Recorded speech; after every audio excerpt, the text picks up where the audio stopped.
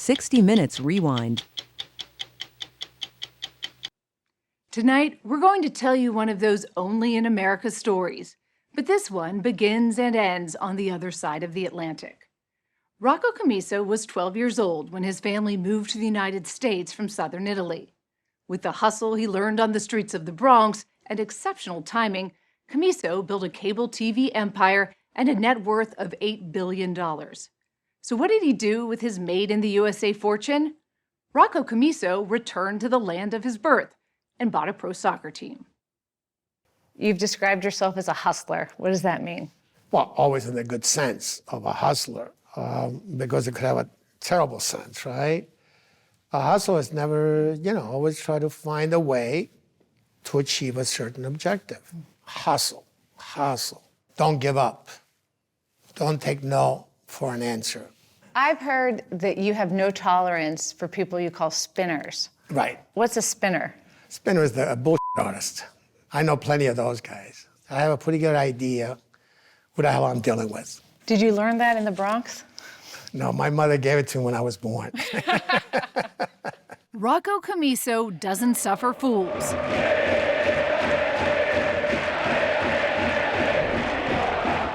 But like most Italian soccer fans, he does suffer.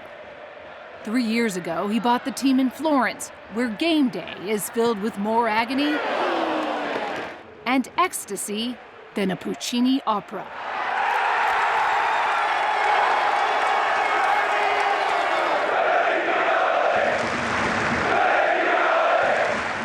We watched as the city's die-hard fans, called the Tifosi, endured a collective 90-minute-long breakdown. I don't speak Italian, but I think I know what they're saying.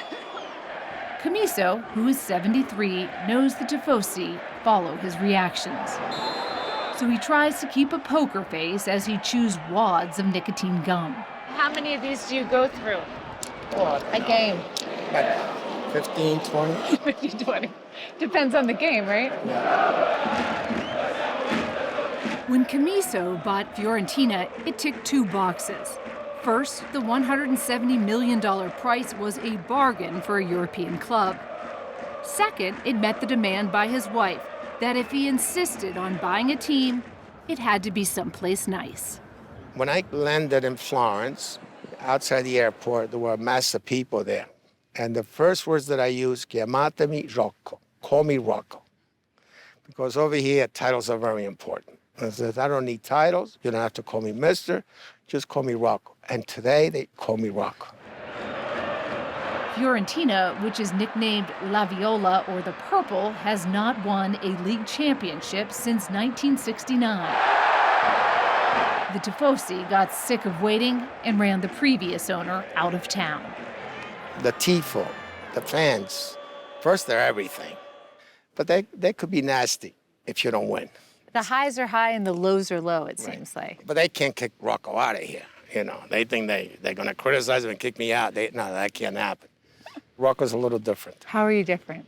First of all, there's not been anyone here that's put in the money that I put in a short period of time. And I go back to the Medicis from 500 years ago. If I lose 500 million, 400 million, I'm not going to go and wash the dishes again, the way I did when I was a young man. So watch out what you do, because you don't know what's going to come next. Rocco Commisso's journey to the owner's box in Florence began here by the subway in the Bronx. His father, a carpenter, and his older brother came to the U.S. in the 50s to escape poverty. A few years later, they sent for Rocco, his mother, and 2 sisters. When we came here in '63, my brother bought the house. God bless him. And this was like a luxury to us.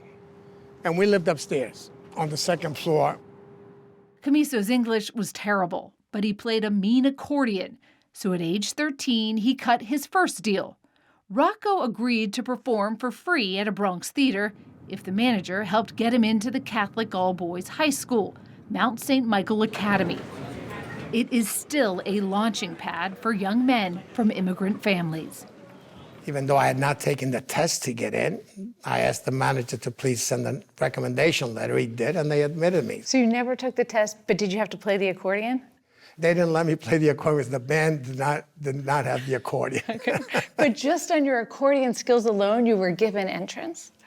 I got lucky. Yeah. Or hustled, whichever way you want to call it. He kept hustling. Every day before and after school, he worked at his family's luncheonette near the subway station to pay his high school tuition. So I used to get paid $1 an hour. And through that $1 an hour, I paid 4 years of Monte Michael schooling. Now, it didn't cost a lot of money then, but it was still something. Commisso wanted to be an engineer, but $1 an hour wasn't going to pay for college. So Commisso hunted down a scholarship for a sport he always loved, soccer. Never mind that his high school didn't have a team and he'd not played much since coming to America. And somehow you end up with a soccer scholarship to Columbia. How does that happen? Hustle. I needed money to go to school. So I asked the gym teacher to go and call the NYU coach. The NYU coach puts me in the American Czechoslovak team in the German-American League. Sees me play 6 games. Says, yeah, I like the kid, so let me help him get into NYU, which he did, and they gave me 50% scholarship, but that was not enough. So I then told the gym teacher, go and call the coach at Columbia now. In the space of 3 to 4 weeks, they give me admissions to Columbia and a full scholarship. Had they seen you play? No. I asked that question after they admitted me. I said, but let me ask you, you give me all this money and you don't want to see me play? I said, Rocco, if you're good enough for NYU, you're good enough for Columbia. Commisso became team captain and led Columbia to its first NCAA tournament. After graduation and an MBA, he made his way to Wall Street. At night, though, he was helping his brother run a disco. Rival clubs played the Bee Gees, but not Commisso. He chose to play pop music from Italy.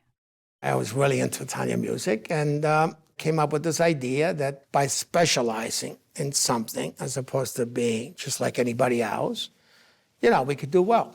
And nobody could touch us in terms of the competition because nobody had it. Commisso became an executive in the cable TV industry just as it exploded. Then in 1995, he decided it was time to start a business he named Mediacom. Like the disco, he designed a plan to seize an opportunity others had missed.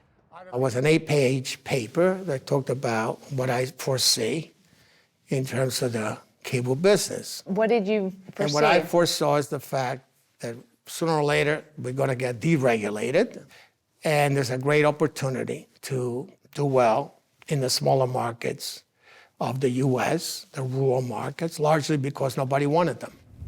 Rocco Commisso believed those small markets hid buried treasure, 600,000 miles of cable used to carry computer data through places such as the Corn Belt and Deep South. He risked his life savings to buy up the small systems. Again, timing and luck were on his side. Today, Mediacom provides broadband in 22 states, and Rocco Commisso's net worth is $8 billion. It's a private company. Catherine Commisso, Rocco's wife of 47 years, works there. So does his sister, Italia, and his son, Joe, on the left. Outside Mediacom headquarters in upstate New York is a bocce court.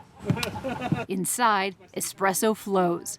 Commisso told us he had a streak of 25 years of profits and has never laid off workers. I have heard so many people say, it's not personal, it's business. That's crap. You know, I think the personal, frankly, has a lot to do with why companies fail or succeed. Unfortunately, there's no one like me in our business. And I'm talking about the media, newspapers. But I hate to destroy people's lives because I have to go in and make an extra $1 million. Commisso made a point to us that he does not own a yacht, a mansion on the beach, or a private jet. Of course, we had to point out he did buy an Italian soccer team. When I came here, I used 3 things. Fast, that the cost will be okay, you know, within my means, and control. I control or no money from Rocco. That's the way it works.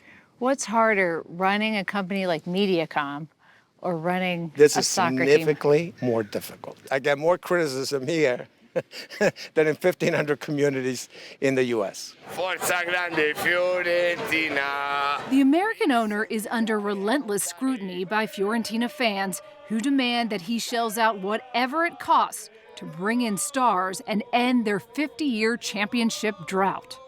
Then there's been times when he's lost it with the unforgiving Italian press. Have you ever thought, what have I done? What did I get myself into? No. It's a lot of aggravation. But that's not me. No, I made the decision. I'm going to stick with the decision. True to Rocco's way, he's playing the long game by spending $100 million on this. It's called Viola Park. The Commissos showed us around what will be one of the largest soccer facilities in Europe for developing young male and female players. But this is Italy.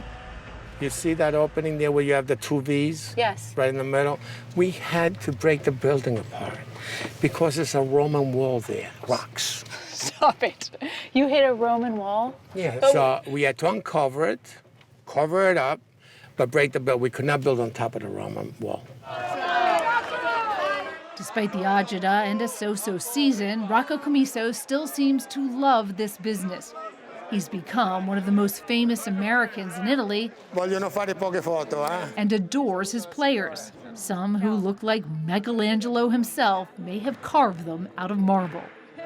My job is to hug them, kiss them, put my arms around them, and hope that they do better the next time. No tough talk? You know, they get the message indirectly, that things got to change here. How do they get the message? They get the message. Never mind. And if you're wondering if Commisso still plays a mean accordion, here's your answer.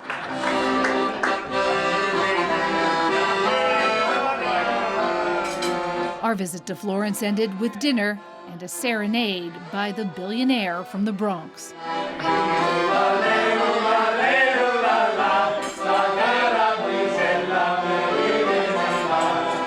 Do you think if you had stayed in Italy, you'd have been able to achieve the success that you have today? No way. This is truly the land of opportunity. He gave this poor soul, the opportunity to become something, somebody, and that's the beauty about America. You still believe in the American dream? Absolutely, yeah. This is the last hope in the world.